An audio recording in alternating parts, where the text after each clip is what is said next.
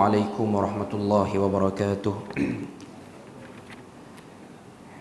إن الحمد لله نحمده ونستعينه ونستهديه ونستغفره ونعوذ بالله من شرور أنفسنا ومن سيئات أعمالنا.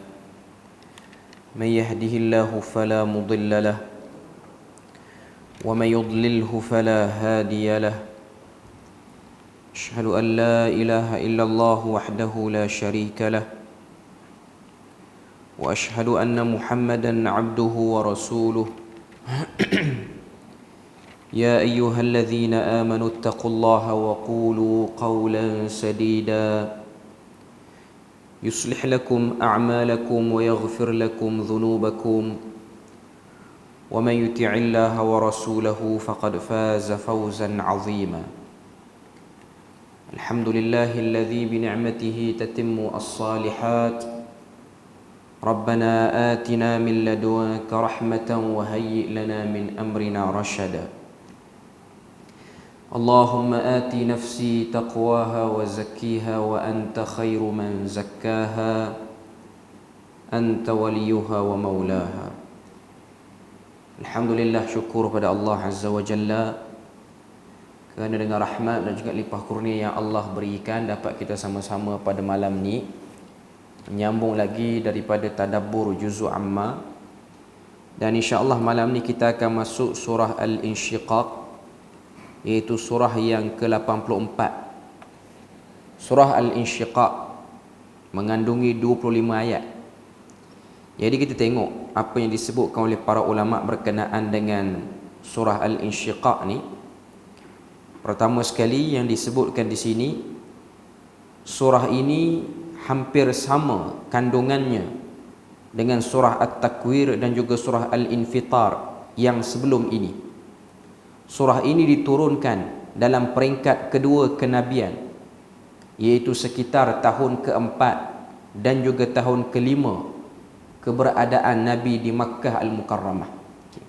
Jadi surah ni turun ketika mana dakwah Nabi peringkat yang kedua, iaitu dakwah secara terang-terangan, dan selepas 4 ataupun 5 tahun Nabi ni menerima wahyu yang pertama di Gua Hira, ataupun kita sebut sebagai tahun keempat dan kelima kenabian atau kerasulan.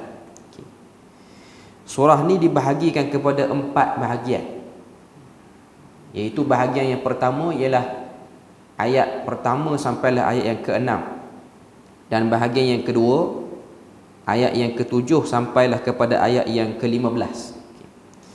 Jadi pada perbahasan kita untuk bahagian yang pertama ni, Allah Subhanahu wa taala ingin menarik perhatian kita yang membaca surah Al-Insyiqaq ni, bahawasanya manusia itu sama seperti makhluknya yang lain, iaitu sedang menuju ke arah kehancuran. Dan kita sebagai manusia, kita menuju satu lagi, iaitu kita akan bertemu dengan hari kebangkitan, yang mana pada hari itu kita akan dibuka buku amalan kita. Jadi kita tengok pada ayat yang pertama Allah Ta'ala sebut, A'udzubillahi minasyaitanirrajim, Bismillahirrahmanirrahim. Idza as-samaa'u syaqqat, yang bermaksud apabila langit itu terbelah. Pada ayat ni Allah Azza wa Jalla ceritakan dan menyuruh kita untuk membayangkan bagaimana keadaan apabila langit itu terbelah. Sebab tu ada riwayat menyebutkan Nabi SAW bersabda dalam satu hadis, yang mana hadis itu diriwayatkan oleh Al-Imam At-Tirmizi. Kata Nabi, man sarrahu an yanzura ila yaumil qiyamah ka'annahu ra'yal 'ain. Barang siapa yang ingin melihat keadaan suasana ketika mana berlakunya kiamat seperti mana berlaku di hadapan matanya, maka bacalah beberapa surah. Salah satu daripada surah yang Nabi sebut tu ialah surah Al-Insyiqaq. Jadi kata Allah Ta'ala, apabila langit itu terbelah, maknanya Allah Ta'ala minta pada kita untuk bayang keadaan macam mana langit itu saat ia terbelah. Pada waktu itu malaikat juga turun untuk menjalankan tugas mereka. Surah ini merupakan sambungan daripada surah-surah sebelum ini, yang menceritakan tentang kejadian hari kiamat, dan surah ini meneruskan kisah-kisah tersebut. Di dalam surah yang sebelum ini telah banyak digunakan perkataan idza. Kalau kita perasan, surah Al-Insyiqaq bermula dengan idza as-samaa'u syaqqat. Sebelum ni iaitu surah Al-Infitar, idza as-samaa'u fatarat. Dan sebelum ni pun ialah surah At-Takwir, Allah Ta'ala sebut idza asy-syamsu kuwirat. Jadi perkataan idza itu diterjemah dalam bahasa Melayu kita ni ialah apabila, ataupun setengah terjemahan guna tak kala. Bermaksud benda tu akan terjadi, amrun mustaqbal ataupun umurun mustaqbal. Perkara-perkara yang belum berlaku tapi ianya ialah sejenis khabar yang benar, ataupun disebut sebagai an-naba. Iaitu pada permulaan juzuk amma tu kita dah bahas surah An-Naba, dan kita dah sebut apa beza An-Naba dan juga Al-Khabar. An-Naba ni maksudnya lah berita yang belum lagi berlaku tapi dia pasti berlaku. Adapun khabar ni boleh jadi berita tu sama ada ia benar ataupun tipu. Tapi bila mana sebut ataupun guna perkataan naba, maksudnya ialah ia benda yang sama ada sudah berlaku dan ianya benar, ataupun benda yang belum berlaku tapi ianya juga benda yang benar. Jadi kalau diperhatikan, beberapa surah yang sebelum ni bermula dengan perkataan idza asy-syamsu kuwirat, kemudian idza as-samaa'u syaqqat, sebelum daripada tu idza as-samaa'u fatarat. Ini ialah surah-surah yang bermula dengan idza.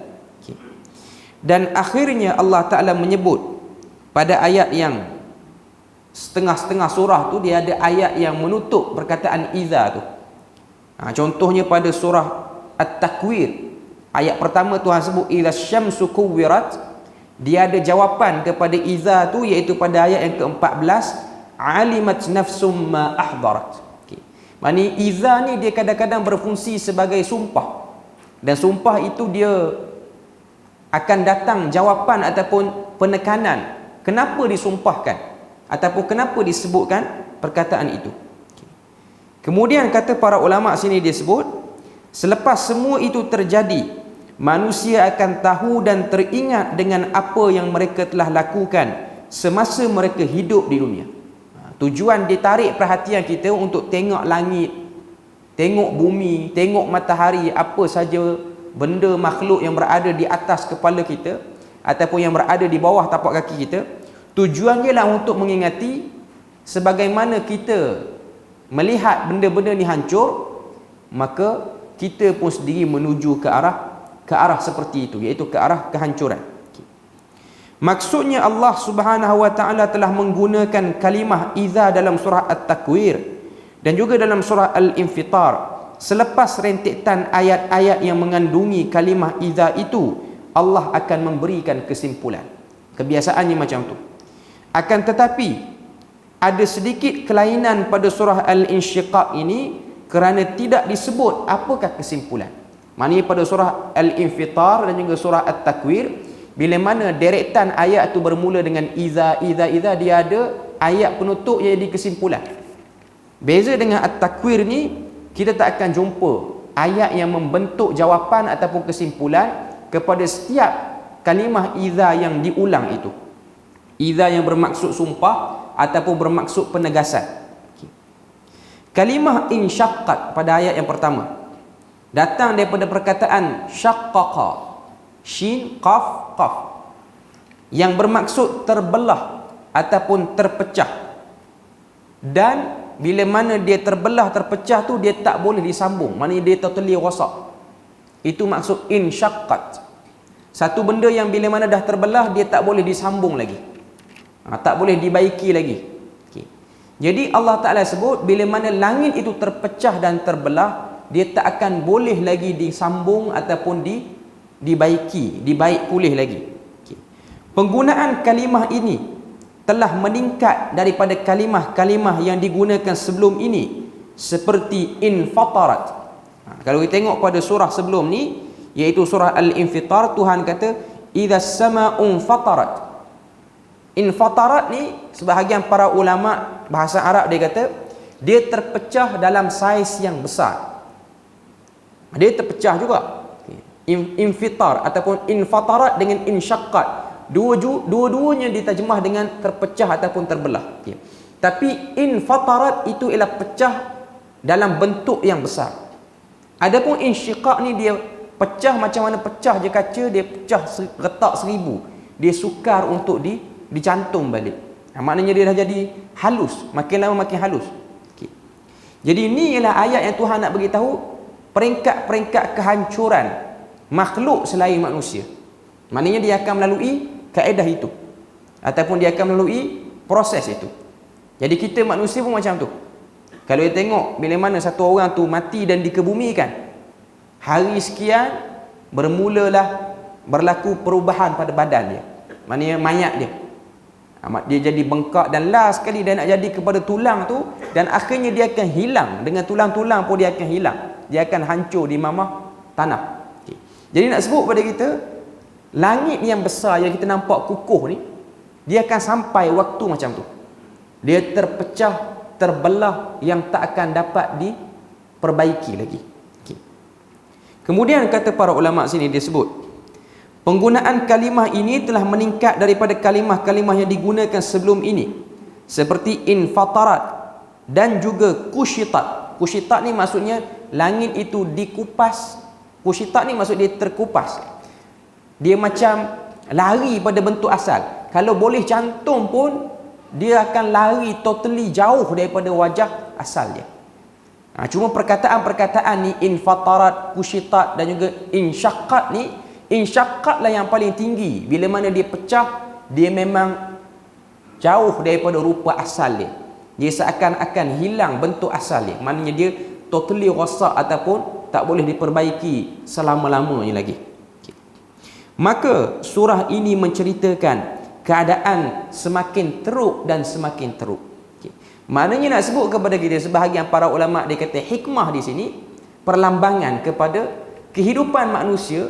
Sekiranya dia berpaling daripada wahyu ini, dia pun akan rosak dan dia pun akan jauh dan akan jauh daripada mana? Daripada segi apa? Dari segi hatinya. Sebab dalam Quran Allah Ta'ala sebut waman a'rada an zikri fa inna lahu ma'isyatan dhanka. Sesiapa yang berpaling daripada Quran ataupun peringatan ini, kami jadikan hidupnya sempit. Hidupnya sempit sini sebab apa? Hati dia, pemikiran dia sudah tidak normal melihat dan membanding kejadian yang berlaku dalam hidup ni. Sebab tu kita akan tengok zaman sekarang ni, manusia dia berpaling pada Quran, dia berpaling pada ajaran yang benar, maka akan lahirlah manusia dengan pemikiran-pemikiran yang berbagai-bagai, pemikiran yang tak betul lah cara dia berfikir tu. Bukan setakat cara fikir, bahkan cara dia mengurus emosi dia. Ada masalah apa-apa, dia tak boleh mengurus emosi dengan baik. Dia tak boleh jadi manusia yang matang emosi.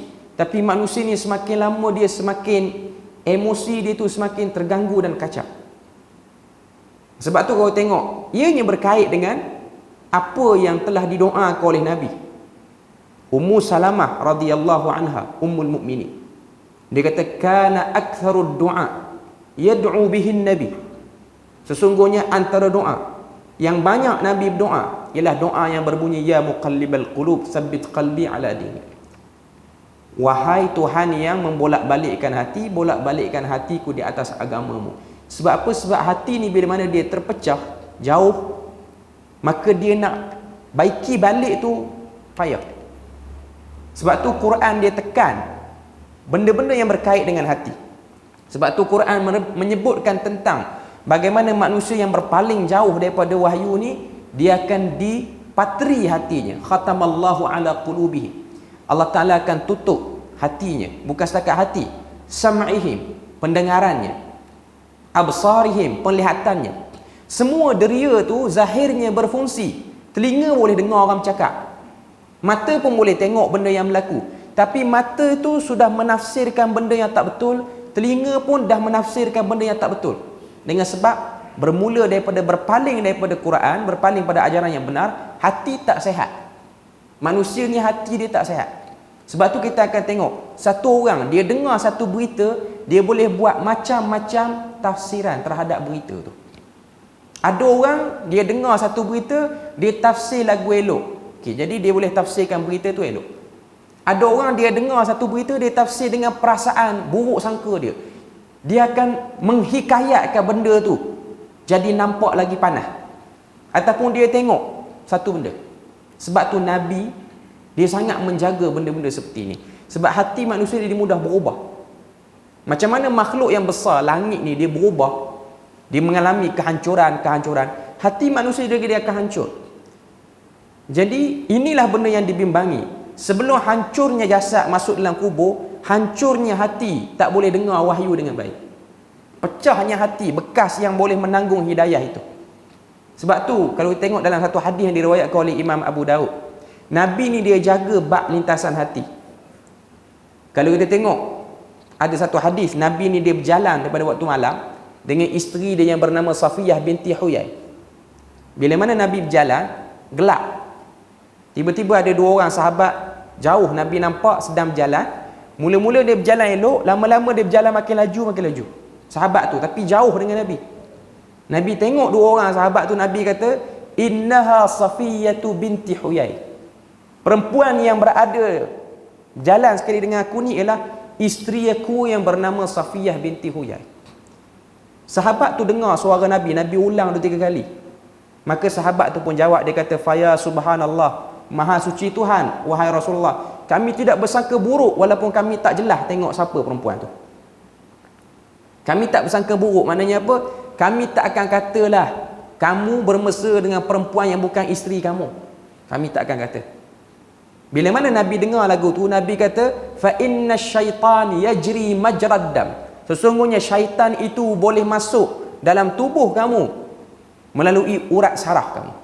Dia boleh datangkan syak. Kamu tengok perempuan, ada orang dia tengok, dia boleh sangka baik, macam sahabat dia sangka baik, isteri dia tu. Tapi ada orang dia tengok, dia tak boleh sangka baik, dia nak sangka buruk juga. Okey, padahal mata orang sangka baik dengan mata orang yang sangka buruk, mata sama, kornea sama. Bukan mata kawan ni biru terlebih, yang ni kuning terlebih, tak. Mata yang sama. Tapi interpretation tu ataupun penterjemahan tu datang pada hati yang bermasalah. Hati itu bermasalah kerana apa? Berpalingnya daripada Quran, sehingga dipenuhi dengan masalah-masalah. Sebab tu kalau tengok, ini ialah bab hikmah susunan perkataan, perlambangan kepada manusia hidup di bawah wahyu ataupun di bawah ayat firman Allah Azza wa Jalla. Okay. Kemudian ayat yang kedua, Allah Ta'ala kata, "Wa azinat li rabbiha wa huqqat", yang bermaksud dan patuh kepada Tuhannya dan sudah semestinya patuh. Okay. Ayat ni Allah Ta'ala sebut tentang bagaimana langit itu dia dengar dan dia patuh arahan Tuhan.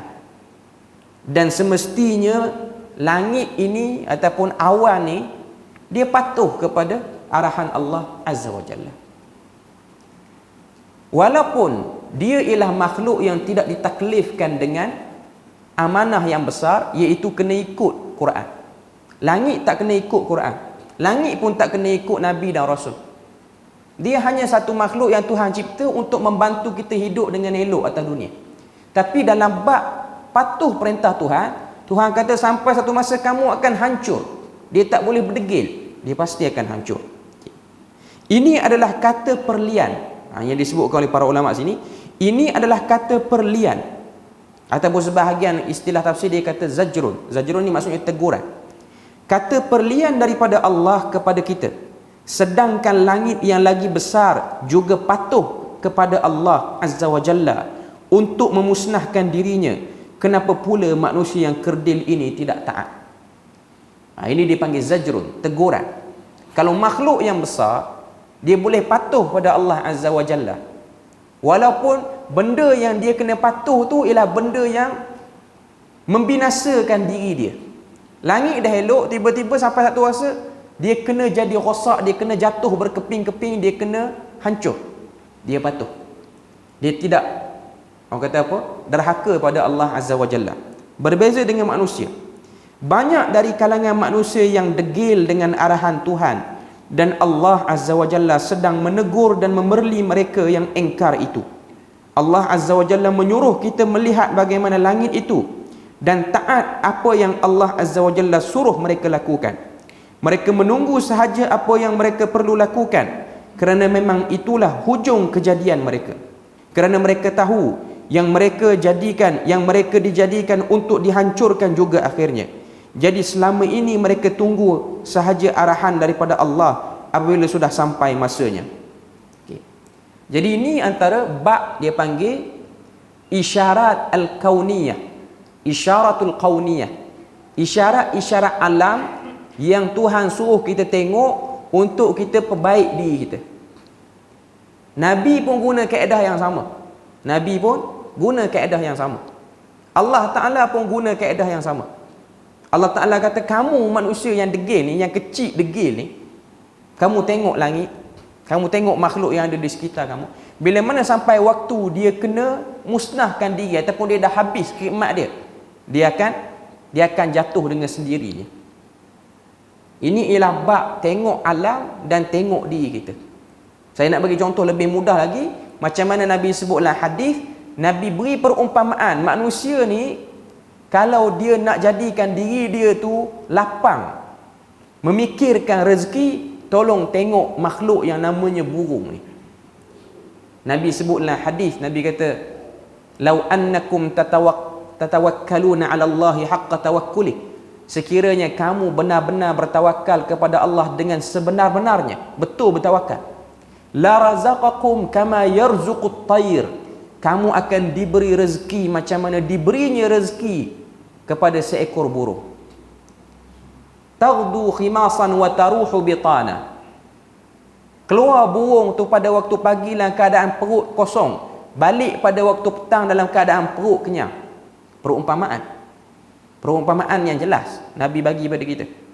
Nabi tunjukkan pada kita, manusia dia hidup, dia fikir dunia terlebih sangat sehingga dia lupa ada makhluk yang lagi kecil, ada makhluk yang tak perlu salat, tak perlu puasa zakat, tak cari rezeki sungguh lebih pada kita yang kena puasa zakat ni, puasa salat ibadah ni. Sebab tu tuan-tuan tak akan tengok burung dia kerja overtime, dia tak ada. Sebab dia ialah satu makhluk yang Tuhan dah aturkan. Tuan-tuan pun tak akan tengok burung, sarang burung ni, satu sarang, anak ada, menantu ada, cucu ada, semua penuh dalam tu. Dia anak tu dah besar, dia buat sarang sendiri. Dia tak ada istilah, sarang ni saya nak semua 10 orang anak duduk sini, kita dah buat siap yang besar dah, ada bilik lagi. Dia tak buat. Sebab dia sendiri makhluk yang diajar, mengajar pada manusia. Jadi itu benda yang kita boleh tengok. Dia panggil isyaratul kauniyah, isyarat-isyarat alam yang Tuhan suruh kita tengok. Jadi Tuhan kata, tengok langit ni, langit yang besar ni, kalau jatuh atas kamu, confirm kamu mati. Tapi dia tak jatuh sebab dia sedang patuh pada perintah Allah Ta'ala. Nanti sampai satu masa dia akan jatuh. Jatuh dia tu pun kerana dia patuh pada arahan Allah Azza wa Jalla. Begitulah Allah selalu membandingkan manusia dengan alam, kerana Allah ingin menunjukkan kepada kita sesuatu, iaitu bagaimana alam itu ikut sahaja apa yang dia suruh untuk dilakukan. Tetapi manusia itu amat degil. Kita sepatutnya mengikut seperti alam yang memang menjalankan apa jua tugas yang diberikan kepada mereka. Kalimah huqqat dalam ayat kedua tu bermaksud memang patut langit itu berbuat sebegitu. Wa adzinat li rabbiha wa huqqat, dan patuh kepada Tuhannya dan sudah semestinya patuh. Maknanya Allah Ta'ala sebut sifat kepada langit itu, ia patuh.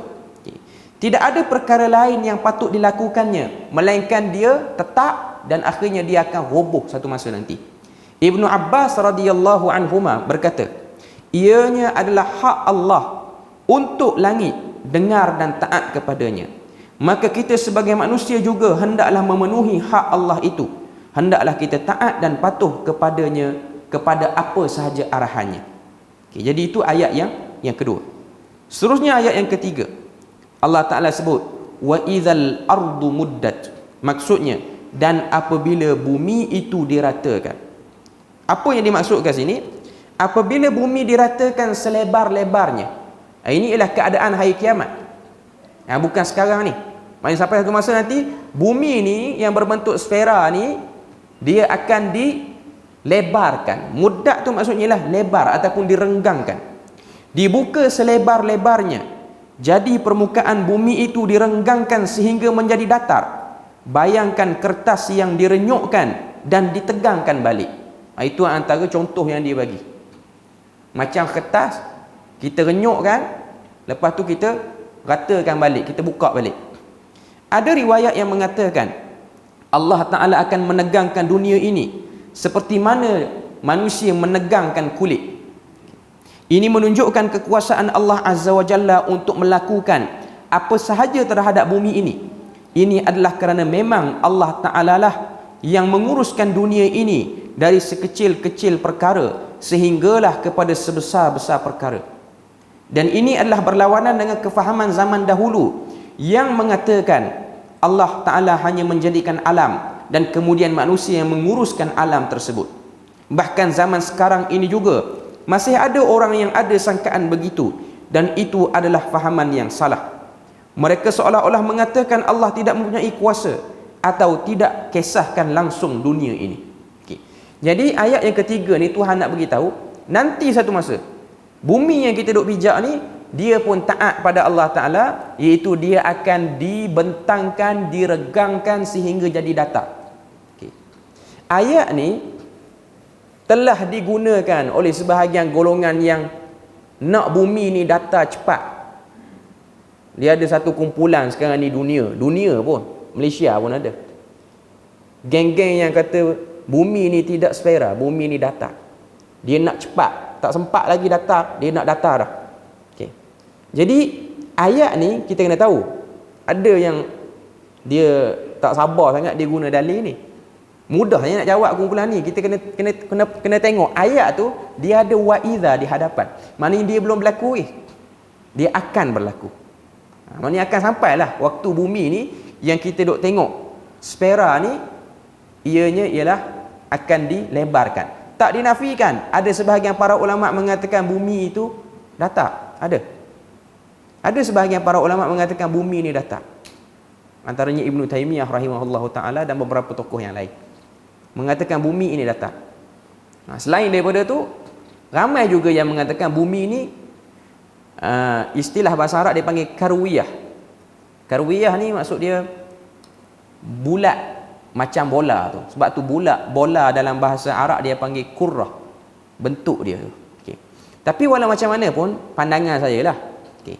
Para ulama yang duk bahas ni, mereka memang cari dalil, tapi hakikatnya mereka ulama pada nas dan juga dalil. Tapi nak tengok bumi tu, nak buat kajian bumi tu, mereka bukan ahli yang sebenar-benarnya lagi. Ini para ulama dia kena sedar, dia nak ulas ustaz ke apa, dia nak ulas bab tu, dia kena sedar yang ni ada kepakaran khusus. Sebab ini ialah ilmu alam yang Allah Ta'ala beri kepada kita untuk kita kaji, untuk kita tengok.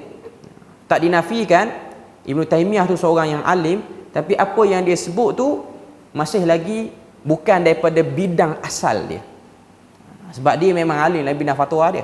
Dia memang hebat dalam bidang fiqh dia, dalam isu akidah dia jawab. Okay. Tapi dalam bab ni masih ada lagi pandangan orang lain yang dirasakan lebih dekat dengan kebenaran ataupun yang lebih jelas dengan kajian.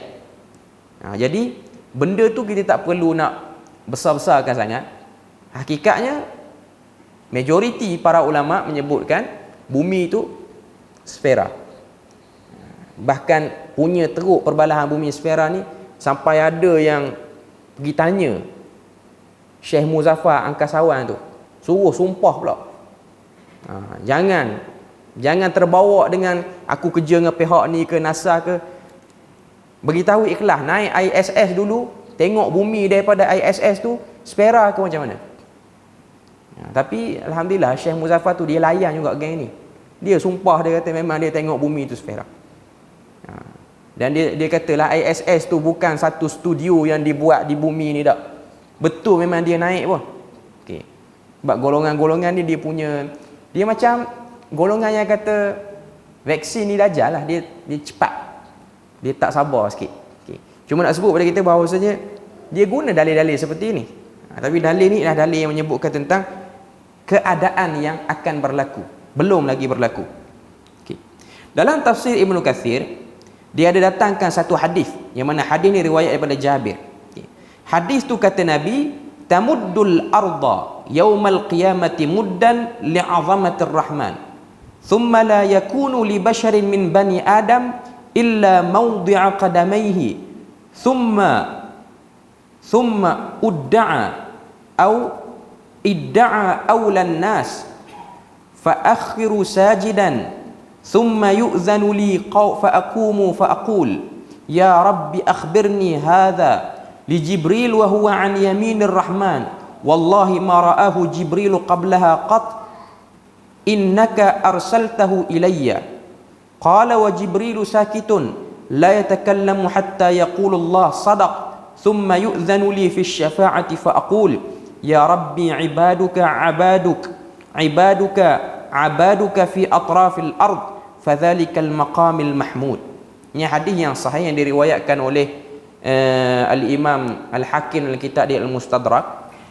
Maksud hadis tu apa? Kata Jabir, Nabi kata bumi ini pada hari kiamat akan terbentang kerana keagungan Tuhan. Maknanya dia akan dibentangkan. Sebab tu sebahagian para ulama kata bumi inilah yang akan menjadi tempat yang kita sebut sebagai padang mahsyar. Tempat akan disemak balik amalan-amalan kita dan akan diberikan balasan syurga ataupun neraka. Kata Nabi, bumi ini akan dibentangkan oleh Tuhan Ar-Rahman. Kemudian manusia daripada anak cucu Adam tidak akan mendapati tempat berpijak kecuali hanya tempat bagi kedua telapak kakinya. Itu perlambangan kepada ramainya orang di padang mahsyar. Maknanya padang mahsyar tu dah luas, tapi dengan sebab ramainya manusia ni tidak ada tempat, melainkan tempat tu hanya sebesar kedua tapak kakinya saja. Maknanya dia ada ruang untuk berdiri saja. Ada ruang untuk berdiri sahaja. Lalu aku dipanggil sebagai manusia pertama, kata Nabi. Maka aku pun sujud. Kemudian aku diberi izin dan aku pun berdiri seraya berkata, ya Rab, telah dikhabarkan kepadaku ini sedang Jibril berada di sebelah kanan Tuhan yang Maha Pemurah. Demi Allah, Jibril belum pernah melihatnya sebelum itu. Dan aku berkata, ya Tuhanku, sesungguhnya engkau telah mengutus Jibril kepadaku. Baginda melanjutkan, Jibril diam tidak berbicara sampai Allah berfirman kepada Nabi, ia benar. Kemudian aku diberi izin untuk memberi syafaat. Lalu aku katakan, ya Rab, hamba-hambamu menyembahmu di pelbagai penjuru bumi, maka itu adalah tempat yang terpuji. Ini hadis berkenaan dengan syafaat. Bila mana Nabi keluar daripada kubur kita keluar, maka kita akan menunggu bila akan berlakunya hisab ni. Jadi tempoh yang agak lama sehingga menyebabkan orang tak selesa, manusia majoriti tak selesa. Akhirnya mereka pergi kepada Nabi ni, sehinggalah Nabi itu sendiri yang mencalonkan diri dia untuk minta pada Tuhan supaya dibuat hisab tu. Maka Nabi pun bersujud di bawah arash, sebahagian riwayat kata. Lalu Allah Ta'ala beri pada Nabi keizinan untuk bercakap, lalu barulah berlakunya hisab pada waktu itu. Cuma nak sebutnya ialah tentang bumi itu diregangkan ataupun diratakan. Ayat yang keempat, wa alqat ma fiha wa takhallat, dan memuntahkan apa yang ada di dalamnya dan menjadi kosong. Ini sifat kepada bumi. Kalimah alqat asalnya daripada kalimah alqa yang bermaksud baling ataupun buang. Sebahagian riwayat. Seperti yang dilakukan oleh Nabi Musa alaihissalam ketika mana membaling tongkatnya, lalu berubahlah tongkat itu menjadi ular. Itu antara perkataan nak bagi faham. Ini bermaksud bumi ini akan dibaling ataupun dibuang apa yang ada di dalamnya dan juga di atasnya. Dalam surah sebelum ini telah disebutkan bagaimana kubur akan dibongkarkan, iaitu apabila yang telah lama mati akan dikeluarkan dari dalam perut bumi.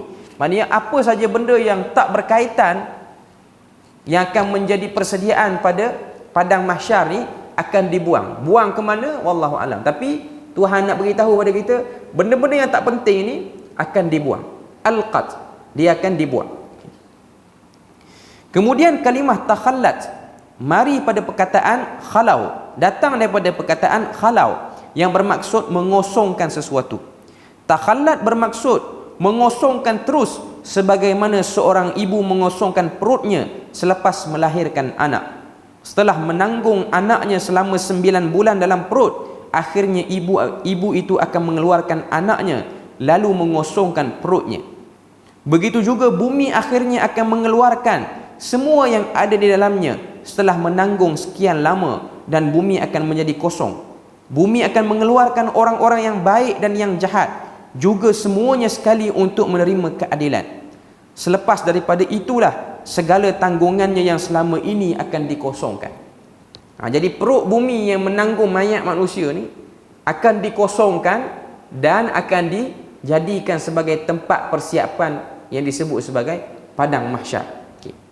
Seterusnya Tuhan sebut pada ayat yang kelima, wa adzinat li rabbiha wa huqqat, dan patuh kepada Tuhannya, dan sudah mestinya bumi itu patuh. Pada waktu itu manusia akan mengetahui akibat perbuatannya.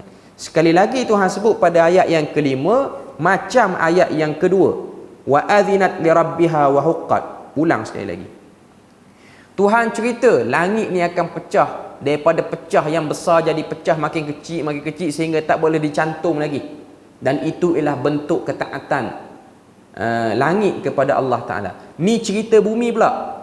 Bumi yang cantik ni akan dikosongkan, akan dibuang segala benda dan akan diregangkan, didatarkan. Itu pun terjadi kerana bumi itu sedang taat dan patuh kepada Allah Azza wa Jalla. Jadi saya tak nak bahas banyak-banyak lah. Kita terus kepada ayat yang ke-6. Ayat yang ke-6 Allah Ta'ala sebut, ya ayyuhal insan. Ini jawab kepada semua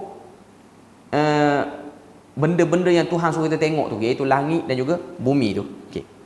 Kata para ulama sini disebut, kita masuk ke bahagian kedua dalam surah ini, iaitu ayat yang ke-6, yang mana ayat inilah ayat yang terpenting bagi surah ini, yang disebut sebagai dakwah, iaitu yang mengandungi targhib ataupun ajakan kepada beramal saleh. Allah hendak mengingatkan kita semua semasa di dunia inilah mesti melakukan amal.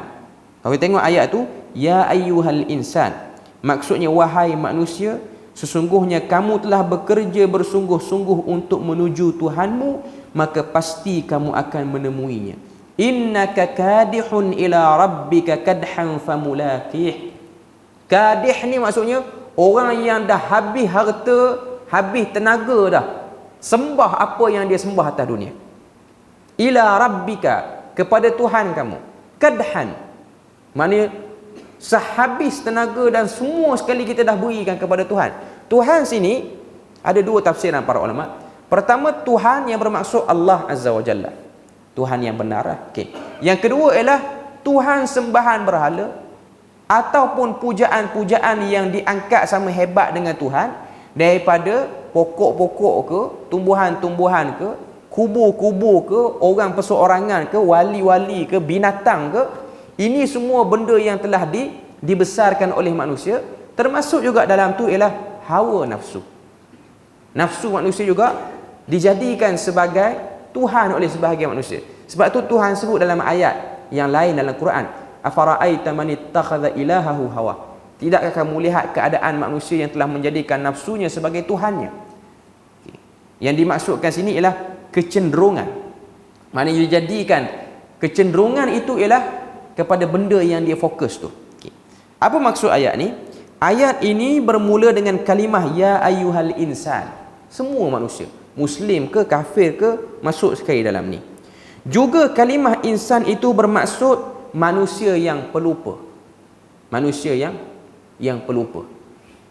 Manusia yang pelupa sebab apa? Sebab perkataan insan tu mari pada nasiyah. Walaupun ada sebahagian ulama bahasa kata insan tu tak mari pada nasiyah pun. Nasiyah tu maksud dia lupa. Sebab tu kita ni ada sifat pelupa. Tambah kuat pula makan nasi, lagi cepat pelupa. Sebab tu saya ingat dulu orang Arab, pensyarah kita lah, pelajar-pelajar Melayu ni ataupun Nusantara ni, kau suruh hafal apa-apa dia macam lambat sikit. Arab ni dia cepat tapi dia tak faham apa yang dia hafal. Cuma sebab benda tu dia selalu bercakap. Jadi ada seorang pelajar Indonesia ni, dia bangun dia tak boleh, saya ingat dalam kelas saya dulu, dia tak boleh baca. Ada satu matan apa lah yang diminta. Syekh tu pun tanya, kenapa tak ingat? Dia kata tak faham. Dia kata lupa nak hafal. Okay. Syekh tu pun tanya, kamu makan apa? Dia kata makan nasi. Sebab tu kamu lupa, sebab nasi tu menyebabkan kamu lupa. Sebab nasi dalam bahasa Melayu, dalam bahasa Arab ialah lupa. Nasia. Jangan makan nasi kata. Nasi tu jadi lupa. Okey, itu bagian dalam azan tu. 1 minit lagi, 2 minit lagi. Okey. Nasi dalam bahasa Arab lupalah. Okey, nasia. Yang ansa. Okey. Tapi orang Arab panggil nasi tu arus sebenarnya. Okay. Cuma nak sebut pada kita tu perli lah, nak beritahu makan apa pun kalau jenis pelupa ni pelupa lah. Tak makan nasi pun kalau jenis pelupa memang pelupa. Cuma nak sebut pada kita manusia ni sifat dia pelupa. Okay. Insan maknanya orang yang kita mudah terlupa. Lupa sini bukan lupa dalam bentuk tak ingat apa kita kena buat kerja. Kadang-kadang terlupa. Hidup atas dunia ni sembah Tuhan. Abdi pada Tuhan, terlupa pergi sembah benda lain, pergi hebatkan benda lain. Itu adalah bentuk yang Tuhan nak fokus ini. Jadi Tuhan kata sini, jadi apa yang disebut kat sini? Dia kata, oleh itu ayat ini sedang ditujukan kepada manusia yang pelupa terhadap tugas mereka. Langit dan bumi tidak pernah lupa tugas mereka, janji mereka kepada Allah Azza wa Jalla. Tetapi kamu wahai manusia, sangat cepat kamu lupa kepada tugas dan janji kamu. Sepanjang hidup kita, kita berusaha dalam kehidupan. Memanglah hendaknya kita sentiasa berusaha mendapatkan sesuatu untuk meneruskan kehidupan. Semenjak Nabi Adam AS diturunkan dari syurga, begitulah nasib manusia. Mesti sentiasa berusaha, kerana kehidupan di dunia ini tidak seperti di syurga. Di syurga tidak perlu lagi bekerja untuk mendapatkan makanan. Tetapi di dunia, Nabi Adam AS sendiri juga berusaha untuk mendapatkan makanan bagi meneruskan kehidupan. Okay. Ayat ni juga dia nak cerita pada kita, manusia di hidup atas dunia, perubahan yang berlaku pada diri dia bergantung kepada usaha dia banyak ataupun sikit. Banyak ataupun sikit. Kalau usaha dia banyak, maka dia akan dapatlah banyak. Kalau usaha dia sikit, maka dia dapat sikit. Boleh azan?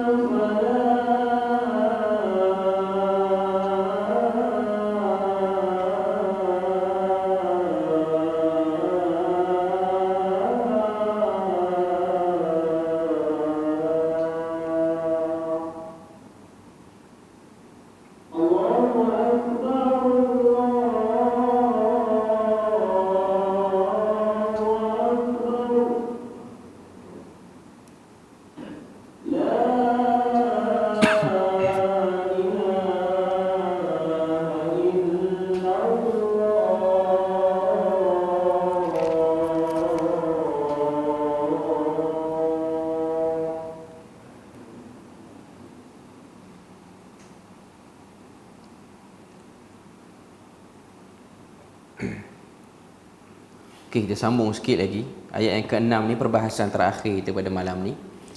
Saya nak sebut ayat ni dia mengandungi isyarat berkenaan dengan isu qada dan juga qadar. Ayat ni Tuhan sebut, ya ayyuhal insan, seruan, wahai sekalian manusia, innaka, itu ialah kata penegasan, sesungguhnya kamu kadihun. Kadihun ni ialah isim fa'il, maksudnya kita yang berusaha, ila rabbik, kepada Tuhan, kadhan, dengan usaha yang bersungguh-sungguh, famulaqih, maka kamu akan menemuinya. Okay. Sini Tuhan nak beritahu pada kita, manusia dia jumpa Tuhan yang betul, dia jumpa Tuhan yang tak betul, dia tak boleh salahkan Tuhan, iaitu Allah Azza wa Jalla. Kalau dia jumpa Tuhan yang tak betul lah, dia kena salahkan diri dia juga, dengan sebab dia bertemu tu kerana usaha dia, melainkan ditutup segala pintu-pintu kebenaran. Cuma saya nak sebut sini bahawasanya dalam isu qada dan qadar ni kita kena beriman bahawasanya manusia ni dia diberi kuasa pilih dan juga kuasa gerak, yang kita sebut sebagai kudrat dan juga iradat. Kudrat tu kekuatan, iradat itu kemahuan, kecenderungan. Kita nak kepada apa. Okay. Sebab tu satu orang dia tak boleh kata saya ni sesat sebab memang Tuhan takdir sesat. Tak betul. Saya miskin sebab Tuhan takdir miskin. Tak betul. Sesat kerana tidak mahu cari kebenaran, miskin yang sampai melarat sebab memang malas. Hakikatnya tak dinafikan ada orang yang memang miskin, tapi kalau dia cuba keluar, Tuhan akan buka jalan dia sehingga dia boleh dikeluarkan daripada benda tu. Cuma dia adalah liku-liku dia tu. Sebab tu kalau kita baca kisah para sahabat yang cuba mencari kebenaran, seperti Salman Al-Farisi, jumpa, tapi nak jumpa tu apa yang dia dapat? Macam-macam. Apa yang dia kena? Macam-macam. Perjalanan nak jumpa hidayah, nak jadi sahabat Nabi, tidak semudah seperti mana yang kita bayangkan. Daripada anak seorang yang ada kedudukan, anak orang ada kuasa, penguasa di Parsi, sehingga jadi hamba kepada Yahudi, baru dapat jumpa Nabi, baru dapat jumpa kebenaran. Dia dapat jumpa Nabi, dia tak menyesal, dia tinggalkan kekayaan keluarga dia, sebab dia nak, manusia dia nak, dia berkehendak. Sebab tu saya selalu sebut, ini ialah bab yang disebut sebagai kesamaran sebahagian manusia. Sebab tu bila mana kita cerita para sahabat mereka jadi ahli syurga, sebahagian orang saleh mereka dapat pahala yang besar di sisi Allah, mereka ni memang betul kita kata mereka dipilih oleh Allah Ta'ala, tapi mereka juga ialah orang yang berusaha pergi ke arah kebenaran. Dia orang berusaha. Sebab tu kalau tengok 10 orang yang awal masuk syurga, ataupun 10 orang yang awal daripada kalangan yang awal masuk Islam ni, mereka sendiri tu pun ialah orang yang memang nak cari kebenaran. Sebab tu kita akan tengok Khadijah, Abdul Rahman bin Auf, Uthman bin Affan, ni orang-orang yang waktu Nabi belum cakap Islam secara terang-terangan, mereka sendiri pun dah ada satu pemikiran nak cari kebenaran. Bukan mereka ni duduk sembah berhala totok, tak bergerak pergi mana-mana, dengar Nabi bercakap terus terminat kepada Islam. Bukan, dia ada proses untuk dia yakin pada benda tu. Tak dinafikan ada orang yang Tuhan beri pada dia tu sentuhan untuk dia berminat dengan cepat, tak dinafikan. Cuma nak sebut pada kita bahawasanya manusia kalau dia menjurus ke arah tu, Tuhan akan buka jalan tu. Kalau dia menjurus ke arah yang lain, Tuhan akan buka jalan yang dia pilih tu. Sebab tu ada orang dia kata saya ni jadi jahat sebab memang Tuhan takdir. Tak, kita sendiri yang peringkat awalnya berminat dengan ke arah kejahatan tu, sehingga Tuhan buka, dan Tuhan akan bagi, sebab itu ialah bentuk keadilan. Sebab tu satu orang kalau tengok dia nak jadi jahat, dia bermula, dia ada titik-titik permulaan. Dia berkawan dengan orang yang perangai tak elok dulu. Bukan dia keluar pada perut mak dia tu, dia dah ada perancangan. Aku umur 7 tahun ni, mesin ATM ni memang aku akan pergi buka. Tak ada. Dia mesti dah tengok cerita ni dulu. Dia tertengok kawan ni buat dulu. Dia teridea daripada jahat orang lain, dan dia berminat. Sebab tu Nabi kata, saya nak sebut, walaupun hadis ni tak berapa sahih, tapi saya nak sebut, manusia ni dia pilih kebahagiaan, kesengsaraan, syurga neraka ni daripada pilihan diri dia. Sebab tu hadis daripada Ali bin Abi Talib oleh Ibnu Munzir, oleh Al-Munziri, hadis ni dhaif. Nabi kata ju'ilatid dunya ila arba'ah, dijadikan dunia tu kepada 4 golongan. Golongan pertama Nabi kata golongan yang Allah Ta'ala tawassa'a anhu, Allah Ta'ala berikan tawassa'a ilaihi, Tuhan berikan kepada dia ni keluasan hidup, maknanya dari segi harta banyak. Kemudian dia bercita-cita baik dengan harta tu. Dia nak jadi orang yang beri sedekah pada orang, nak tolong orang. Tuhan mudahkan dia sehingga dia boleh buat benda tu. Okay.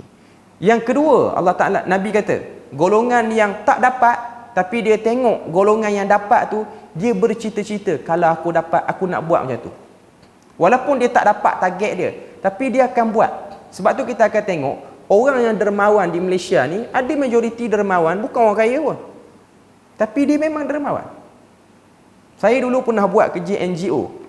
NGO minta, maknanya kita uruskan kebajikan orang ni. Ada satu orang ni, dia selalu sumbang dekat akaun NGO yang saya duduk di Terengganu dulu tu. Hari tu sekali, dia tersilap hantar resip. Dia selalu sumbang, maintain dia sumbang 300 bulan. Dia sumbang. Okay.